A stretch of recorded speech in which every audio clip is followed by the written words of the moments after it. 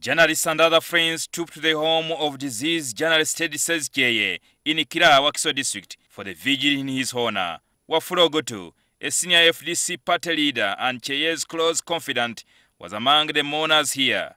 Cheeye was Oguttu's best man. Cheeye has been a great friend of mine,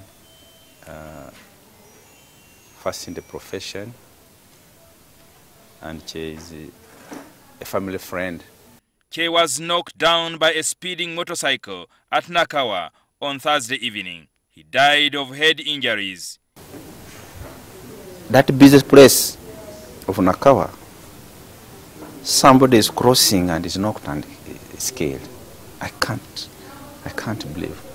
It was a tragic ending for the man whose writings as a journalist targeted the mighty and powerful, exposing their misdeeds, especially corruption. Cheye's contemporary, Joachim Buembo, and senior presidential advisor on media John Nagenda, who is also a writer and a book author, said Cheeye was an accomplished professional. He was a very interesting person to me. He was always boxing above his weight.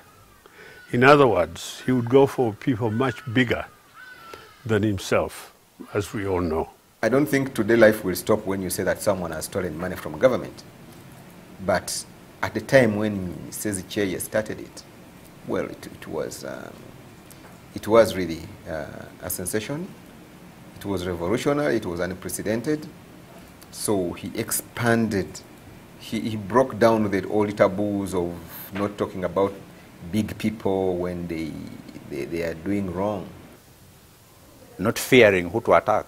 He would attack anybody. He would write about anybody. He loved to say he was splitting the atom, but he would not care who is. I think the only person he didn't write about negatively and they were exposing was President Museveni. Prior to starting the Uganda Confidential newsletter in 1990, Cheeye established Taheresita, the UPDF magazine.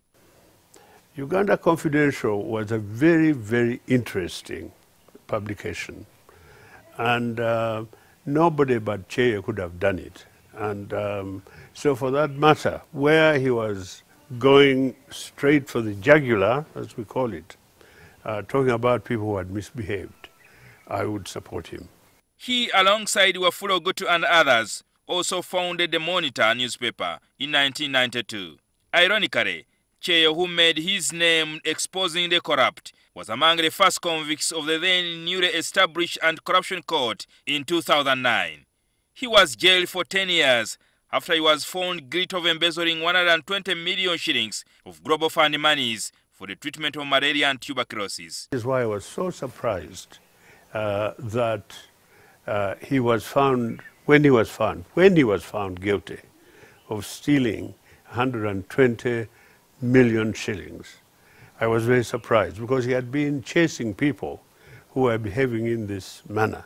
His mission was accomplished. Whatever happened later, whatever happened going to prison and afterwards, to me it's immaterial because he did his part. He expanded the frontiers of freedom of press in this country. He was released in 2017 after serving about 7 years, 3 years less than his sentence for a good conduct in prison. Cheeye had planned to publish on Saturday a third edition of his revived Uganda Confidential newsletter. He had called me and told me, we're distributing the second issue tomorrow of Uganda Confidential, and I need you as children to really pick interest in this magazine because it's going to continue as a legacy. I know the place in Nakawa where he died, and if you begged me, if you paid me 100,000 shillings to cross the road, I would not do it. Very, very dangerous. This weekend, Cheeye was due to mark 1 year since he left jail. He knew the forces that were behind the sentencing, what had happened. He knew it was beyond his control. Those people who celebrated, who participated in my conviction, they were doing God's work, not their work. And I have forgiven them. On Saturday, there will be a requiem mass at Our Lady of Africa Mbuya Catholic Church. The body will later be transferred to Luweero district for burial on Sunday. Jingo Francis and